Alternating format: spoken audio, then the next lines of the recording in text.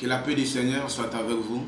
Une fois de plus, nous venons encore avec cette nouvelle pensée que le Seigneur nous a communiquée pour vous.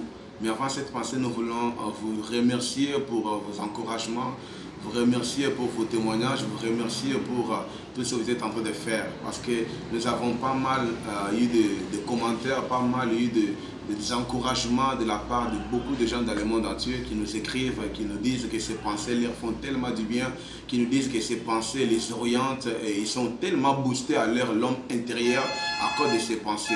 Alors nous rendons toutes les multiples actions de grâce à notre Dieu parce que c'est Dieu qui les fait au travers de nous. Ce n'est pas nous. Nous sommes juste des serviteurs de Dieu et le Seigneur passe par nous pour vous encourager, vous orienter. Que le Seigneur vous bénisse abondamment. Alors cette pensée d'aujourd'hui, c'est que dire à une personne, quand on vit par la foi, on ne peut pas expliquer comment l'on vit.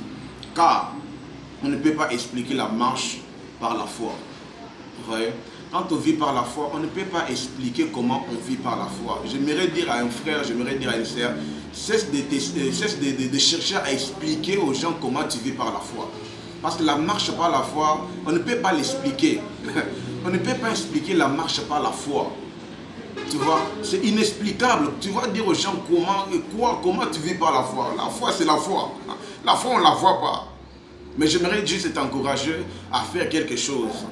À encourager une personne à ne pas chercher à expliquer la marche par la foi, mais à vivre par la foi. Vous savez, nous sommes dans le livre de Genèse chapitre 22. Isaac a vu les fées, Isaac a vu le bois, il a vu les couteaux.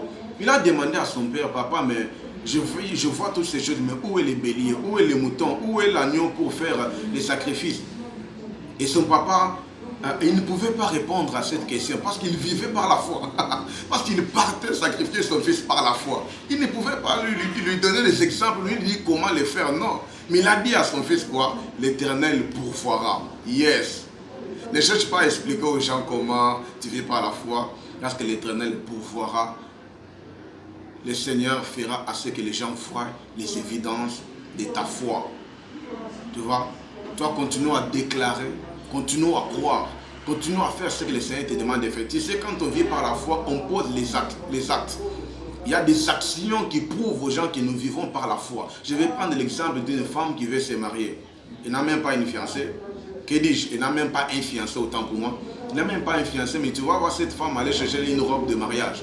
Tu vas voir cette femme chercher à faire les cartes d'invitation. Tu vas voir ses frères chercher déjà comment dirais-je, les salles de fête, comment on loue, comment la dot on la donne, tout est comme ça. Mais il n'a pas encore cette fiancée ni ses fiancés.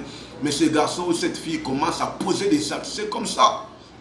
C'est ça la marche par la foi. Et ça, tu ne peux pas l'expliquer à une personne. Pourquoi? Parce que les gens te verront fou ou folle. Parce que les gens ne sont pas la dimension que toi tu es. Continue à faire ce que tu es en train de faire parce que tu vis par la foi. Et le Seigneur qui honore la foi. La Bible dit, Dieu honore la foi. Et le Dieu qui honore la foi, il va t'honorer. Demeurez bénis, que le Seigneur vous bénisse abondamment.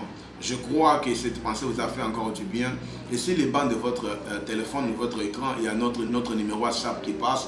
Prière de prendre ce numéro, de nous envoyer tout ce que vous avez comme sujet de prière, tout ce que vous avez comme problème, parce qu'il y a des hommes et des femmes avec nous ici qui prions pour vous, afin que vous puissiez voir la main de Dieu dans votre vie.